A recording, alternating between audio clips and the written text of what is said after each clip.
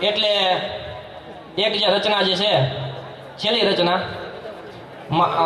સૂર્યપુત્ર કર્ણ અને અર્જુનના યુદ્ધનું વર્ણન ગીગા બાપુ બારોટ પ્રસિદ્ધ બારોટ કવિ એણે સપાકરું લખેલું છે।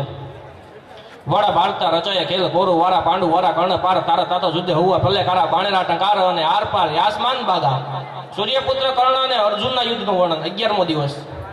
વડા ભારતા રચાયા ખેલ કોરુ વાળા પાંડુ વાળા કર્ણ પાર તારા તાતો યુદ્ધ હુઆ ભલે કારા બાણેરા ટંકાર અને યાર પાર યાસમાન બાગા।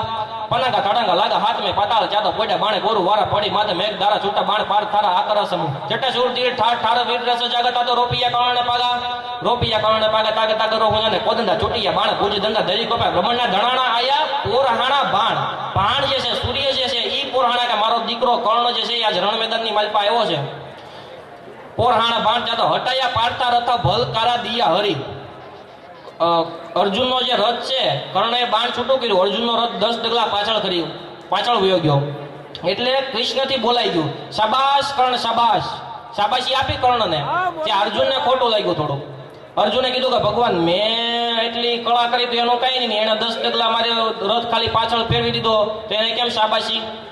ઠીક અર્જુન તું એનો રથ પાછળ નાખી દે ને એમાં કઈ નવાઈની વાત નથી પણ ઈ તારો રથ પાછળ નાખી દે તું જોતો ખરો તારા રથની માથે હું બેઠો હનુમાન દાદો બેઠો ને બે હોતો જો ઈ રથને 10 ડગલા પાછળ નાખી દે તો મારે એને શાબાશી દેવી પડે ભલા માણસ હે। એટલે કીધું કે હટાયા પાડતા રથ ભલ ગારા દિયા હરિપુત્ર સુર જારા તારા રથતા કે પ્રમાણ ચાતો વળાકારી કર્ણભારી પાડતાડી બાણે પડ્યા ઢયા વિધિ હારા દારા વટે નહીં કામ।